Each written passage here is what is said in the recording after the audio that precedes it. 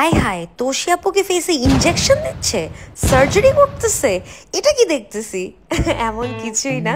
সবার একটা ভুল ধারণা ভাঙানোর জন্য ফাইনালি রিলটা আপলোড করছি। সেদিন চলে গিয়েছিলাম গ্লোয়িং বিউটিতে, আপনাদের সবার জানা গ্লোয়িং বিউটি একটা ওয়েল রিনোন্ড অ্যাস্থেটিক ক্লিনিক, এবং সেদিন চলে গিয়েছিলাম ফেস পিআরপি করার জন্য। যাওয়ার আগেই সুন্দর মতো আমার ফেসটার স্কিনটাকে ইন্সপেক্ট করা হলো, ময়েশ্চার লেভেল বের করা হলো।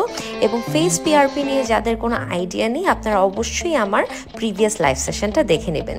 পিআরপি যাদের জানা নেই, it is actually called platelet rich plasma.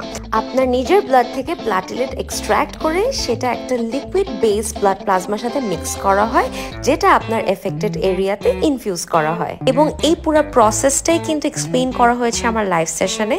আমি যেহেতু অনেক বছর ধরে অ্যাকনেতে সাফার করছি, তাই আমার মনে হলো যে ফেস পিআরপির একটা সেশন আমার ট্রাই করা উচিত, এবং আমি ফার্দার আরও 4-6টা সেশন নিতে চাই।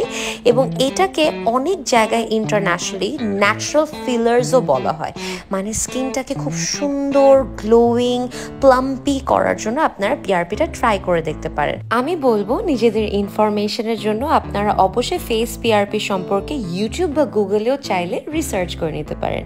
আর যে কোনো কনসালটেন্সির জন্য গ্লোয়িং বিউটি তো আছেই।